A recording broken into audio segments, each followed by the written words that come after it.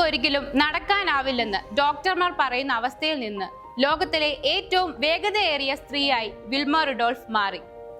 1940 USA ടെനസിയിൽ ഒരു ദരിദ്ര കുടുംബത്തിൽ വിൽമ ജനിച്ചു. ചെറുപ്പത്തിൽ തന്നെ പോളിയോ, സ്കാർലറ്റ് ഫീവർ, ന്യൂമോണിയ തുടങ്ങിയ ഭീകര രോഗങ്ങൾ നേരിടേണ്ടി വന്നു.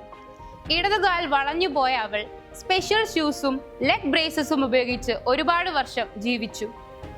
അമ്മയുടെ പിന്തുണയും ഫിസിയോതെറാപ്പിയും കൊണ്ട് അവൾ വീണ്ടും നടക്കാൻ തുടങ്ങി. ഒടുവിൽ ഓടാൻ വരെ തുടങ്ങി. 16-ാം വയസ്സിൽ വിൽമ 1956 ഒളിമ്പിക്സിൽ ബ്രോൺസ് മെഡൽ നേടിയെടുത്തു. അതേ കാലയളവിൽ തന്നെ അവൾ US ടീമിന്റെ അഭിമാനമായി മാറി. 1960 റോമിലെ ഒളിമ്പിക്സിൽ വിൽമ ചരിത്രം രചിച്ചു. 100 മീറ്റർ, 200 മീറ്റർ, 400 മീറ്റർ റിലേ എന്നിവയിൽ സ്വർണം നേടി. ഒരു ഒളിമ്പിക്സിൽ 3 സ്വർണം നേടുന്ന ആദ്യ അമേരിക്കൻ വനിതയാകുകയായിരുന്നു വിൽമ.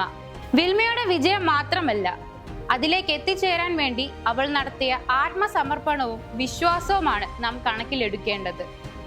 വിൽമ റുഡോൾഫ് തന്റെ ജീവിതത്തിന് മാത്രമല്ല, ഒരുപാട് പെൺകുട്ടികൾക്കും പിന്നോക്ക വിഭാഗങ്ങൾക്കും ഒരു പ്രതീക്ഷയായി മാറി.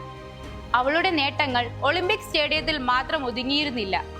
അവളുടെ ജീവിതം സാമൂഹിക നീതിക്കും സ്ത്രീ ശക്തിക്കും അവകാശവാദമായി മാറി. വിൽമ റുഡോൾഫ് നമ്മെ ഓർമ്മിപ്പിക്കുന്നു, ശരീരത്തിന്റെയോ സാഹചര്യങ്ങളുടെയോ പരിമിതികളല്ല നമ്മുടെ സ്വപ്നങ്ങൾ നിർണയിക്കേണ്ടതെന്ന്. വിൽമയുടെ കഥ ലോകമെമ്പാടുമുള്ള ഓരോ ആൾക്കാരെയും പ്രചോദിപ്പിക്കുന്നു. നമ്മളെ തന്നെ വിശ്വസിച്ച് പോരാടുകയാണെങ്കിൽ അതിലൊന്നും അസാധ്യമല്ല. ഒരു ശക്തിക്കും നമ്മെ തടയുവാൻ സാധിക്കുകയില്ല.